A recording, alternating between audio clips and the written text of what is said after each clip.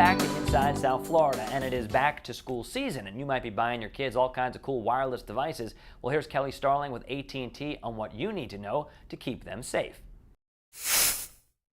Kelly, back to school season. Kids all across South Florida are crying. I know. Yeah. Parents too, trust me. Parents do.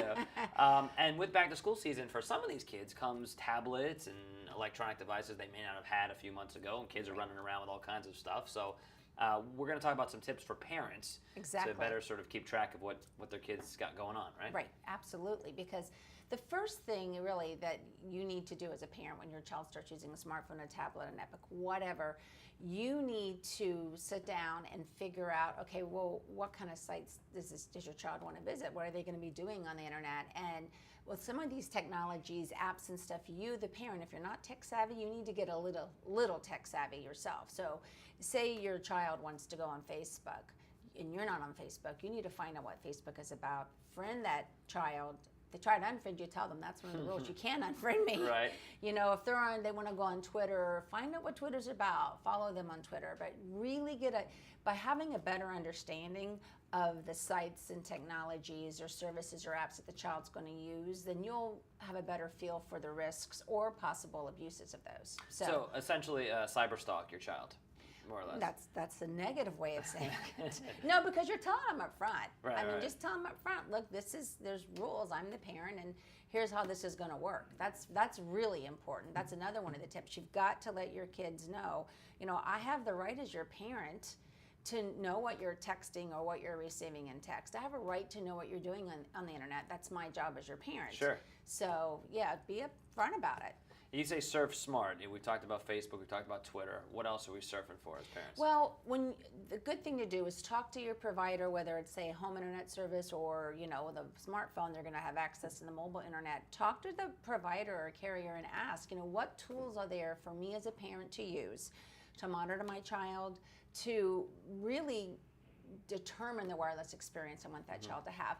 All the providers have some type of parental controls. They have location-based services. We have something called smart limits, and it really gives the parent all the control. It's a web tool. You go on, and you can say, okay, between the hours of 9 or 8 to 3, whenever your child's in school, I don't want them to be able to surf the internet, to text, to make calls. I want to block certain numbers from reaching this.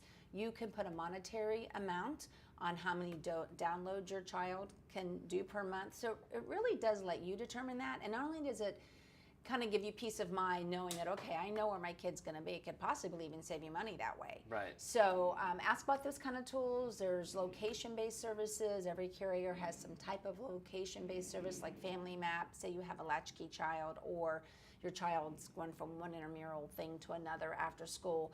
That service will let you see where your child's device is. So if you're like, okay, well, he's supposed to be at the soccer field at 3, you can even get alerts sent so you can check and say, oh yeah, he's there. Okay. Again, that gives you peace of mind. It's all about, Sure. and safety. But also many kids now are on social media. Facebook, Twitter, Instagram, who knows, Foursquare, you name Right. it. So definitely check privacy settings, but because obviously the more private, the less likely that inappropriate material is going to reach your child. However, what you need to stress to your child is just once you get on the internet or the social media, anything on the internet, anything that goes out over your your mobile device on the internet, that's Right. pretty much public and can go to the whole world. And it can kind of haunt you if you don't make good decisions about what you're posting. I mean, there's employers today who, for potential candidates, they're actually checking out their Facebook page. They're actually looking at their Twitter account to see what are these people posting, what kind of people are, is in their circle. Right. So kids need to know that could follow you for a long time. It's out there forever. Some of these kids at 10, 11, they should be getting jobs. Let's be honest. They're slacking too long. That's absolutely right. So, we need to change the law. Yeah, they need to be careful what they're putting on Facebook, for their employers. Texting. All right, so we talked about that a little bit earlier. Make rules for texting. Let them know, okay, you're not going to be texting during school. And again, there's controls that will give you. And a lot of the schools, they have the rule, no use of your cell phone, but no texting in schools, no texting till your homework is done, or no texting when it's lights out, because some kids will sit there and want to text because it's, a quiet thing. Set those rules. We have a rule in our family: no technology at the dinner table. I figure we rarely get to sit down together, and if we're all going to sit down and one starts texting, one starts doing a game, no. So no technology at the dinner table. So set the rules, and again, remind them, look, I have a right to know what texts are coming on this device, what you're sending. Because there's cyberbullying and text bullying that goes on. And you mentioned this earlier, but you can control time of day texting. Like in other Absolutely, words, you can with say some of the after 10 parental o'clock controls.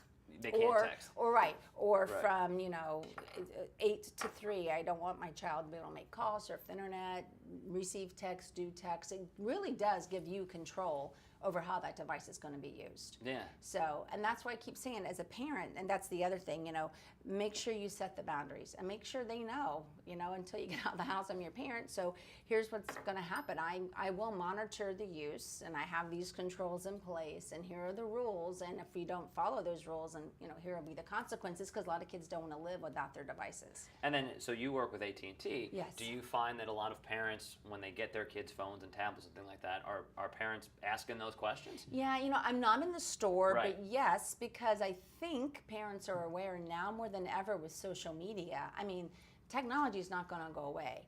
Technology can bring about a lot of good, but I think parents are realizing, and when they hear the stories about how there's, sexting and cyberbullying and text bullying, that a lot more of these parents are wanting to know these things. Well, what can I do to protect my kid? Right. Short of taking their device away, which parents don't want to, because for a lot of kids, if my kid are walking home from a school bus site, I want him to have a device he can call for help. So yes, it's more topic of interest, because you hear more and more stories about how it's not being used safely Sure. or responsibly.